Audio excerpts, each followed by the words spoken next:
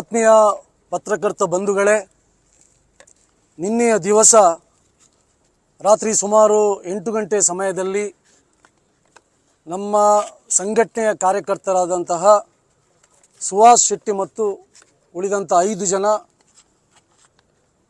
ತನ್ನ ಕಾರಲ್ಲಿ ಹೋಗಬೇಕಾದ್ರೆ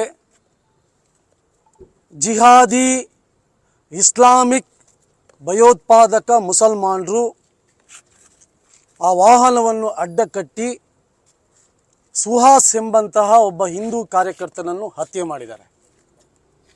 ಇದೊಂದು ಪ್ರೀ ಪ್ಲ್ಯಾನ್ಡ್ ಮರ್ಡರ್ ಮತ್ತು ಇದರ ಹಿಂದೆ ನಿಷೇಧಿತ ಇಸ್ಲಾಮಿಕ್ ಉಗ್ರವಾದಿ ಸಂಘಟನೆ PFIಯ ನೇರವಾದಂಥ ಕೈವಾಡ ಇದೆ.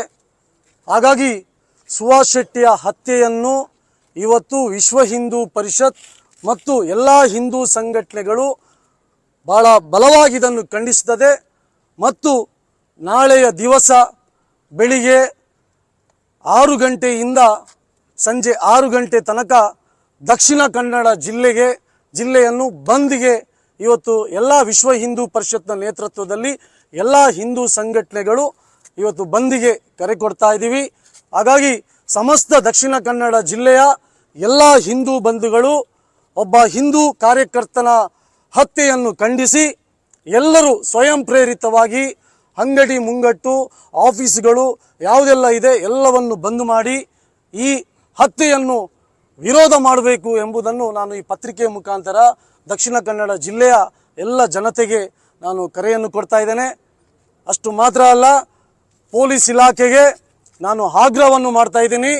ಈಗಾಗಲೇ ಒಂದು ಸಾರ್ವಜನಿಕವಾಗಿ ಇವತ್ತು ಬಜ್ಪೆ ಎಂಬಂಥ ನಗರ ಭಾಗದಲ್ಲಿ ವಾಹನವನ್ನು ಅಡ್ಡಕಟ್ಟಿ ರಾಜಾರೋಷವಾಗಿ ಒಬ್ಬ ಹಿಂದೂ ಕಾರ್ಯಕರ್ತನನ್ನು ಹತ್ಯೆ ಮಾಡಿದ್ದಾರೆ. ಇಷ್ಟರ ತನಕನೂ ಅವರನ್ನು ಬಂಧನ ಮಾಡುವಂಥ ಒಂದು ಪ್ರಯತ್ನವನ್ನು ಕೂಡ ಇವತ್ತು ಪೊಲೀಸ್ ಇಲಾಖೆಯೂ ಮಾಡಿಲ್ಲ. ತಕ್ಷಣ ಯಾರು ಆರೋಪಿಗಳಿದ್ದಾರೆ ಅವರನ್ನೆಲ್ಲರನ್ನು ಬಂಧನ ಮಾಡಬೇಕು ಅಂತೇಳಿ ಈ ಸಂದರ್ಭದಲ್ಲಿ ನಾನು ಆಗ್ರಹಿಸುತ್ತಾ ನಾಳೆ ಬೆಳಿಗ್ಗೆ 6 ಗಂಟೆಯಿಂದ ಸಂಜೆ 6 ಗಂಟೆ ತನಕ ಇಡೀ ದಕ್ಷಿಣ ಕನ್ನಡ ಜಿಲ್ಲೆ ಈ ಹತ್ಯೆಯನ್ನು ಖಂಡಿಸಿ ಬಂದ್ ಮಾಡಲಿಕ್ಕಿದ್ದೇವೆ.